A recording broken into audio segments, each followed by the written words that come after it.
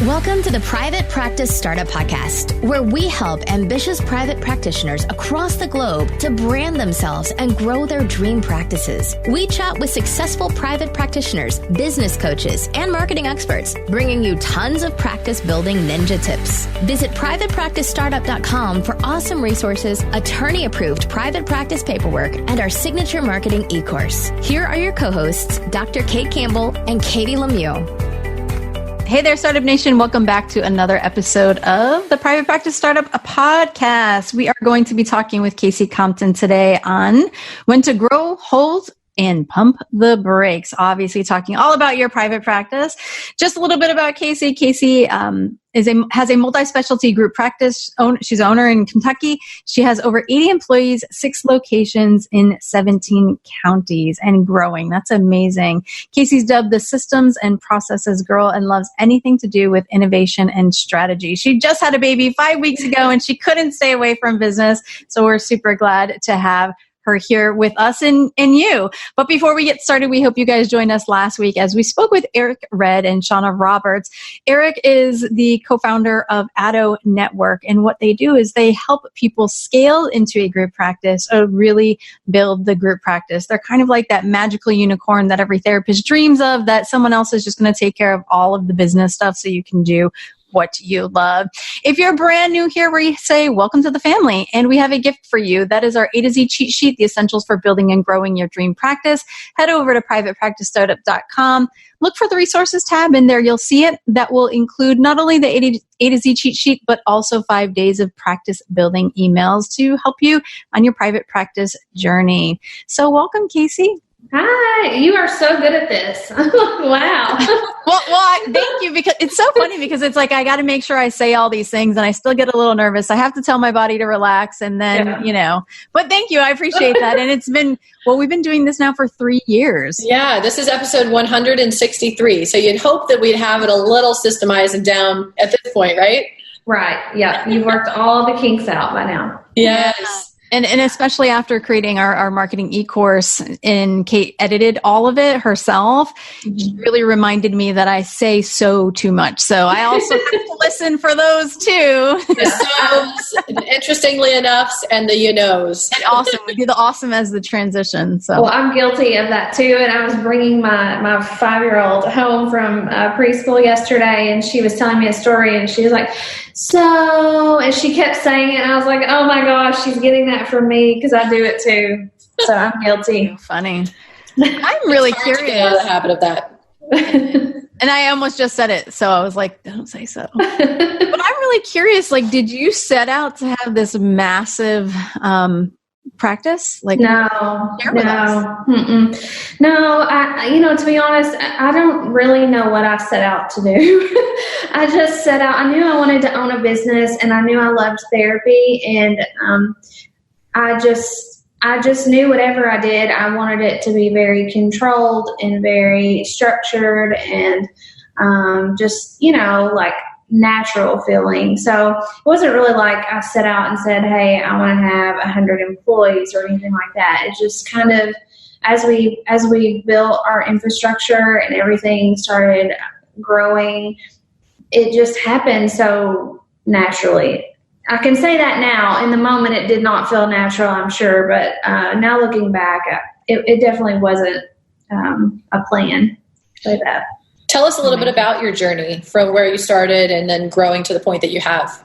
Yeah, so I finished my master's program, and then decided, I knew going in straight into that program that I wanted to own a practice. And so as soon as I graduated, bought a building, opened a practice, saw one client, and was like, I'm done.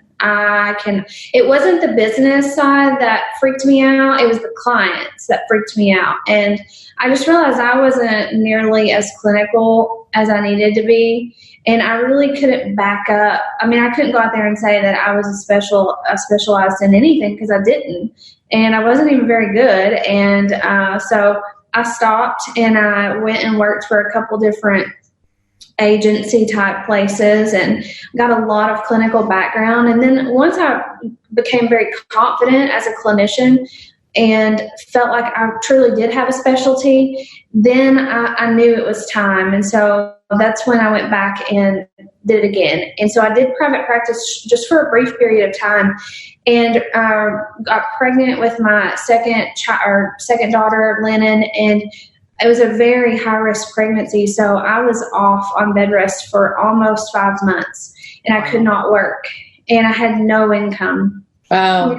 Yeah, it was bad. My husband was working 3 jobs. He was working at a restaurant serving. He came home every night smelling like bread. It was disgusting. So we really just about crashed and burned. And so when I got back and had her and got back into the work mode, I was like, I have to have residual income. I cannot do this again. And so that's when I really started looking into group practice and adding clinicians. And then from there, it just kind of grew. Wow. From that. So how much time then between your second child and we know you just had your third? So how much time did you kind of create this group practice that exploded? This October will be 5 years. So we've been in it we started in October 2015. No, is that 4 years? Yeah. So it's not 5 years yet. So about 4 years. It feels longer because there was a lot of planning that went into it. It took a while to get contracts and the credentialing, and we're insurance based, so that took a lot of extra time. But officially, when we opened, it was October of 15. Now, when you said that you first started, you said you bought a building and then got into private practice. So when you left private practice, what did you do with the building? That's a good question. I gave it to my ex-husband. He took the building and I took the house, and so we split them. So it worked out well. Gotcha. He still uses it for his business, so it was fine. Nice. Now, did you come from like a family of entrepreneurs, or how did you? Lord, no, my family did not even want me to go to college. Wow. I remember my grandpa yelling at me one day in his dining room. He was like, you can have everything you need right here in this town. And we live in one of the tiny little town in South Central Kentucky where, people are doing really great to make $9 an hour, $8 an hour. It's the average household income here is about $23,000 a year. That's household. And nobody in my family went to college except one person, and it was one of my siblings. But nobody owned a business. Nobody went to college. There was really nobody that was pushing me to do it. It was just more of me looking at how much they struggled and how we lived, and I was just like, I'm not doing this. So it's kind of where that came from. That's awesome. It's great to hear about your story and some of what you've been through, and also what you've created in such an amazingly short amount of time. Quite the accomplishments. And I know Startup Nation had voted on the particular topic that they really wanted to hear from you today, which was when to grow, hold, or pump the brakes. So before we dive into that topic, I think it's perfect time to take a quick break for our sponsor. If you're in private practice, you wear a lot of hats. And some of those hats are totally great, but some, like filing taxes and running payroll, for example, not so great. That's where Gusto comes in. They make payroll, taxes, and HR actually easy for small businesses like your private practice. Fast, simple payroll processing and benefits and expert HR support all in one place. Gusto automatically pays and files your federal, state, and local taxes so you don't have to worry about it. Plus, they make it easy for you to add on health benefits and even 401ks for you and your team. Let them wear one of your many hats. You have so many better things to do with your time. Listeners get 3 months free when they run their first payroll. Try a demo and see for yourself at gusto.com/PPS. That's gusto.com/PPS. There are so many ways to keep your practice organized, but Therapy Notes is by far the best. Their easy-to-use, secure platform lets you not only do billing, scheduling, and progress notes, but also create a client portal to share documents and request signatures. Plus, they offer amazing unlimited phone support. So when you have a question, they're there so you can get help fast. Get started with Therapy Notes today, trusted by over 60,000 professionals. Go to therapynotes.com and enter promo code PPS, as in Private Practice Startup, and you'll get 2 months for free. Also, you can listen to episode 54 where we interviewed Brad Pleiner and took an in-depth view into their EHR. Casey, tell us about when to grow, hold, or pump the brakes. Okay. It seems like that question gets asked to me so much, because there's really no manual to starting a group practice, and you just kind of get in there and you wing it and you do your best. And I know whenever I started, I scoured Google for consultants and anybody that could help me, and I could find no one. And I don't know if I was just looking at the wrong thing, but I was really interested in someone that could help me know the ins and outs of the group. A lot of people had things out there for private practice, for cash pay practices, but the insurance and all that, I just couldn't find it. And so now it seems like one of the things that I get asked a lot is, how do I know what to do next? Or, when should I grow? When should I take that leap? When should I just hold off? And when should I pump the brakes? And I've been thinking about that a lot in my own practice. And if people have listened to podcasts that I've been on over the course of the last year, you could probably hear this in my story, because some people have, I know the last time I was on one, they were asking me if I was going to open any more offices. And I was like, no, I'm good. I don't think so. If you ask me that now, I'm like, yeah, we're doing about 6 more in the next 6 months. So, wow. Yeah, it's kind of one of those questions. I don't know. Where do you want me to start with when to grow? Yeah, that sounds great. Let's dive in there. Okay. This is just based on my experience, and I know it's going to be different depending on what kind of model you have of your, in your practice. There's so many different models that people have, but for the most part, for me, it was when to grow. When you have the infrastructure, or a lot of people sometimes will use systems, when you have those systems in place that are not pulling you into the business all the time, when you've got things set to where it really doesn't need your undivided attention. I think that's one time, or a good indicator that it's time to grow. Especially like if you're not the one doing everything anymore, that's a good indicator that you might be ready to grow.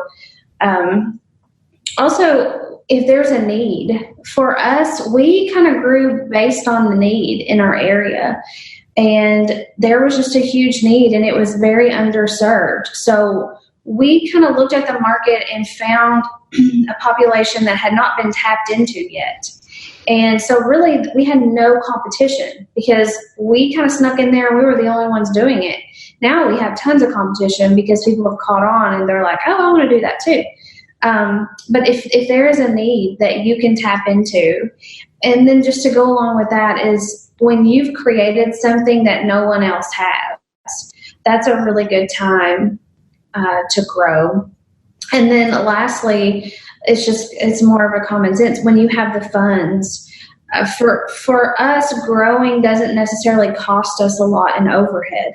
The way that we have structured our company and the model that we use, we can grow without having a major chunk of change in the bank. Some people can't do that. If you're a cash pay practice and you're having to pay $2,000 a month for Google AdWords to get clients coming in the door, you might not be able to hire 5 clinicians tomorrow, because where are you going to get the clients? So, those are just kind of the tip of the iceberg things that I think are good indicators for when it's time to grow. I'm curious, what need did you find in your community that you guys could serve that wasn't being served? Yeah, it's so simple. Nobody was working with the medical community. We have a pretty large hospital in our area and a large population of physicians, and there was no practices that were working with them. They had no one to refer to for discharge. They had no one to provide assessments to help them determine what kind of medication would be better suited for their patients. Maybe they have bipolar disorder, or if it's just major depressive disorder. So we were able to kind of go in there and say, hey, look, we can help you better serve your patients by providing these assessments and then giving you the results so that you can do with it what you feel is necessary. And that was huge because nobody here was doing it. And also at the time, nobody was seeing anyone that had commercial insurance. None. It was all Medicaid. Nobody wanted to touch it. So we kind of opened up those two areas and it just really took off. That's amazing. I love listening to your story and your ideas and listening to how you grew so successfully in such a short amount of time. And I know that you had reference in your bio being the systems and processes girl. What are some of your favorite systems tools to really help grow? Okay, so I really believe that in most practices there are about 5 core systems, give or take the billing. If you don't do billing, so then there would be 4. But for me and the systems, I think the biggest thing is creating a dashboard that works well for your practice and your model and your personality. I've seen some that are very complex and they're amazing, but that's just too much information for me. I don't need it. Like I prefer the very simple, gets the job done, move on. So really, I think the biggest thing for systems is the dashboard and accountability. We've learned that the hard way too. The dashboard does kind of provide accountability, but you can't really have successful systems or a successful foundation of your company if you don't have accountability. Before we move on and talk about that a little bit further, can you explain to our listeners what the dashboard is? Because I'm sure some people are wondering, what is a dashboard? I know what it is. I have a group practice and I love my dashboard. I look at it every day. I see all the numbers coming in. It's like the best. And it's all automated, so I don't have to do anything. It just populates. So tell our listeners what a dashboard is and how that's useful. Okay, so think about a car. In your vehicle, you look at your dash and your dashboard is going to tell you things that you need to know in your practice. So if you look at it more concretely, we use Google Sheets. So it's a Google Sheet document and information populates into that document, whether it comes in an automated form like you were just talking about or whether someone inputs the data. But what you want to have is certain key performance indicators on that dashboard. So maybe how many phone calls your practice had that day, how many referrals the practice had, how many were converted, how many were scheduled. How, like for us, I want to know how many, for billing purposes, I want to know how many claims were sent out, and I want to know how many denials were worked, because when you have an insurance practice, that aging report is super important. So everything on this screen is going to tell you basically when to grow, when to hold, and when to pump the brakes, because if you've got, if you've got something that looks off on that dashboard, then that's a good indicator that you need to hold or pump the brakes and go look under the hood of your car or your practice and see what's going on.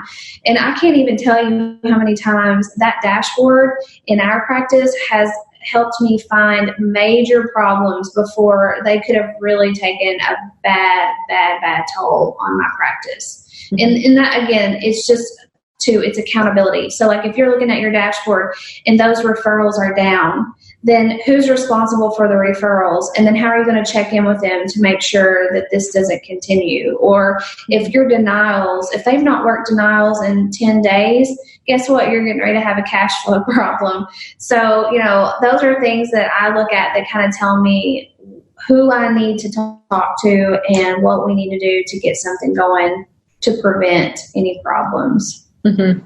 Nice. I love that you kind of shared all of that because, Kate and I really talk a lot about tracking and measuring and how important it is. And usually that's kind of a lot of the last thing that therapists think of, they know that they need a market and they might love it or hate it.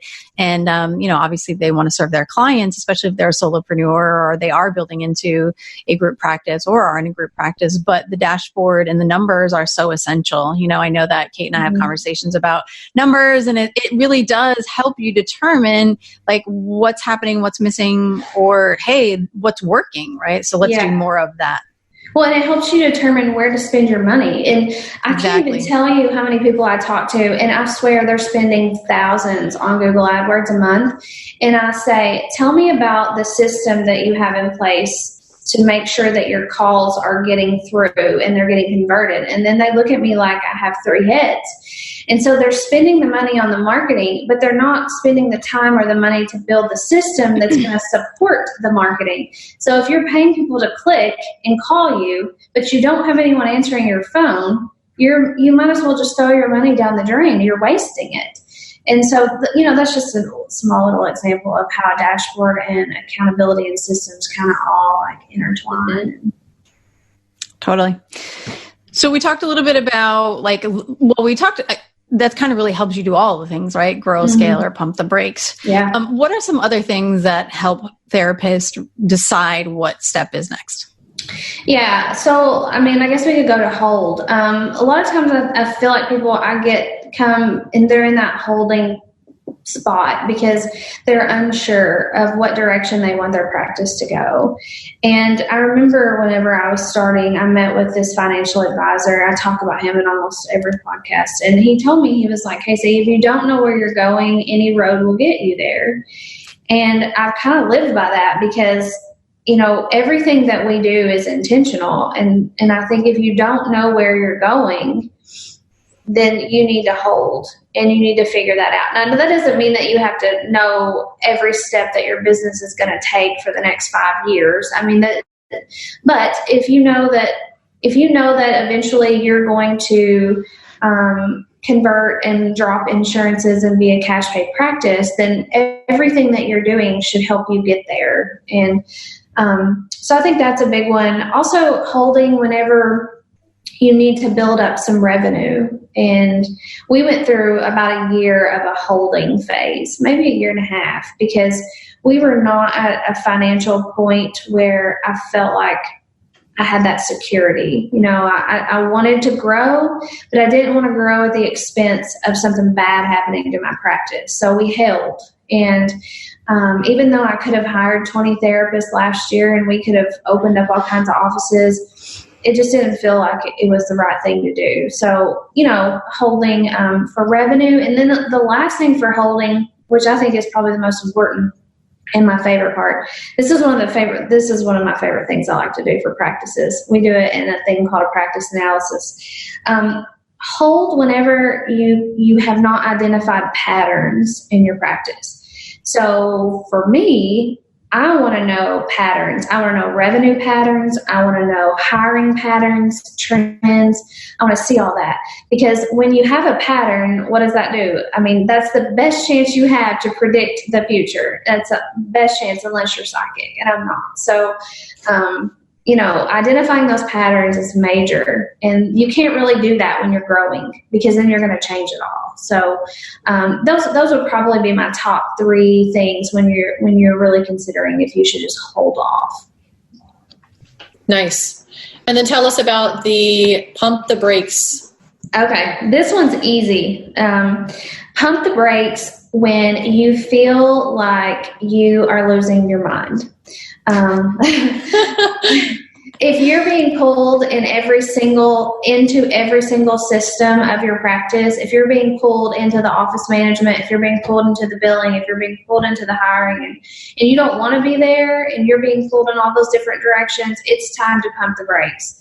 Because you cannot continue to feed into that. And I'm guilty of it. I've been off for 5 weeks and I'm so guilty of getting my hands in all this stuff going on that I have no business messing with. I have a team that is perfectly capable of handling it, but I think I just I get a little bored and then I decide, I can just do this. But if I was actually back to work and I had other work to do, I would be crazy because I would be in all of this nonsense that I really don't need to be a part of. So if you feel like you're losing your mind or you're overwhelmed or stressed out, you have a system problem. And so you need to pump the brakes and go back and look at your practice and open up that hood and see what's going on that you can fix. As you talk about this, I definitely see myself in regards to what you're saying. And you're right. When I'm involved in way too many things, stepping back and then looking at reminding myself, what is the most important thing right here? And I have other things that I'll say, what are the activities that I need to do to generate income and go there. I always love systems because I feel like systems are just a feedback loop. And, when it's not working properly, it's just an opportunity to be like, something's missing here. And it's really about the system. It's not about the person or the team member. Casey, I'm just curious, what role do you have in your team, in your company? Where do you focus your talents? It depends on who you ask, probably. At this point, I'm more of the vision, and I really use my team to help execute that. So I'm not really involved in any of the day-to-day. The last piece of the puzzle was payroll, and that's gone. And so I really don't have anything else that I have to do. And it's more of just, now I can focus on big picture stuff, big idea stuff. What can we do to really take our practice to the next level? How can we better serve our clients? What can we do for our clinicians that's innovative, that nobody else is doing, that they would love? So that's kind of where I am at this point. That's awesome. And who compromises, or who makes up your team? I have a huge team. I went into this knowing that I wanted to do everything in-house. And so I just started hiring a bunch of people in-house. And I'm really a big believer in having a strengths-based approach to running a practice. So, for example, if I hire someone to do front desk and they really suck at the front desk, I'm going to figure out what they're really good at. Maybe they're just really good at they're just super nice and clients love talking to them on the phone. So I'm going to separate that job out, and that's all they're going to do. Now, that might mean they lose 20 hours a week because I don't have 20 more hours of things to give them. But everybody at our practice does the thing that they are their superpower at. And so I have about 15 administrative people in the practice, and they all do very specific type work. That's awesome. And I love listening to you and really just, again, seeing what you've created. And I love that you say that. And that's one of the things that we talk about, especially when you are building and growing your business. And we kind of focus more on the marketing and talk about that aspect. But I find that a lot of times what we think will work in business is actually usually the opposite until we really learn that. And, I think kind of going to school and working at places where you're supposed to have to do this because it's part of your job responsibility, whether you loathe it or not, it's such the wrong message. And then when you get into business, it's kind of undoing all of that stuff. Yeah. So having people in their positions that they absolutely love is the best thing, right? Because they're enjoying that, your clients are getting the best care, and then it's just this beautiful reciprocal effect for the team and for the business and really for everybody. Yeah, and then you automatically, when you do that, you have this built-in accountability.